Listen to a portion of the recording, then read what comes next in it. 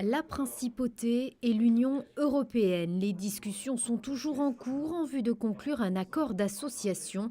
Le contenu des négociations concerne l'établissement d'un cadre régissant l'accès au marché intérieur européen et l'obtention de dérogations afin de conserver les spécificités de la principauté. Ça, c'est un défi, c'est très compliqué d'expliquer les choses à l'Union européenne parce que souvent, sur des questions de libre circulation des personnes, par exemple des questions institutionnelles, eh bien, il y a beaucoup de certitudes et surtout des exigences liées au traité et on fait finalement assez peu cas de ce que demandent les États.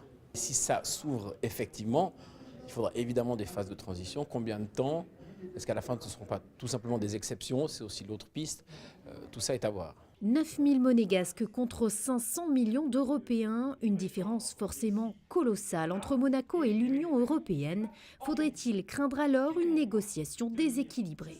Le problème fondamental entre Monaco et l'Union européenne, c'est qu'effectivement Monaco, c'est Lilliput face à Gulliver.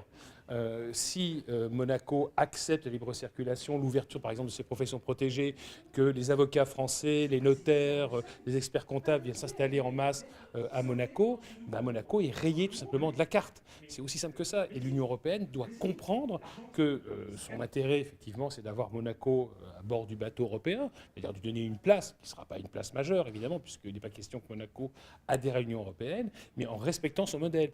Rappelons que depuis 1999, l'État monégasque a établi avec l'Union européenne des relations permanentes en accréditant un ambassadeur à Bruxelles.